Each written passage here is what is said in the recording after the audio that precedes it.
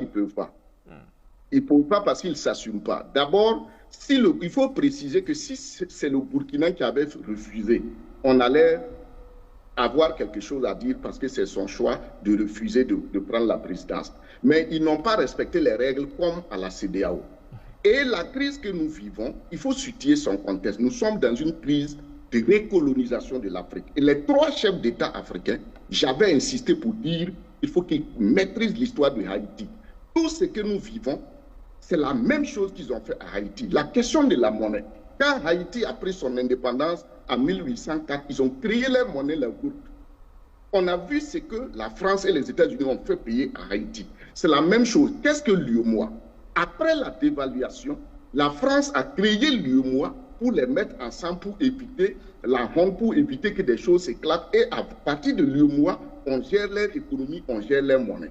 Voilà la situation. Maintenant, qu'est-ce qu'il reste à faire? C'est les chefs d'État de l'AES qui font du problème de la monnaie là comme un mythe, ou comme ce sont eux qui ont envoyé la question de la monnaie aujourd'hui en Afrique. Pourquoi je l'ai dit? Je l'ai dit, j'insiste pour qu'ils sachent qu'il faut qu'ils reviennent aux fondamentaux du panafricanisme. Parce que le problème qui se pose, c'est quoi?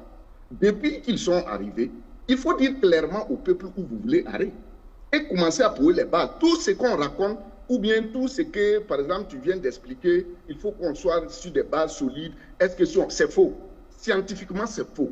Un pays n'a pas besoin de réfléchir millions de fois pour créer sa propre monnaie. Le Ghana est au milieu de pays qui utilisent le franc CFA. Le Ghana n'est pas mort. Le C dit qu'on a des problèmes, mais le Ghana vit son économie. Le Ghana vit. La Côte d'Ivoire n'est pas 1000 fois mieux que le Ghana. Donc, tout ce qu'on raconte autour de la monnaie, c'est archi faux, scientifiquement faux. Aucun économiste ne va venir dire que, oui, si vous faites ça, c'est comme ça. Non. Les pays francophones, on les ment. Tous les jours, on cite que si vous faites ça, il y a des risques, il faut prendre des mesures. Tout ça là pour prendre du temps et embrouiller les gens. Il y a 2 sciences qu'on a utilisées pour embrouiller les gens en Afrique, l'économie et le droit.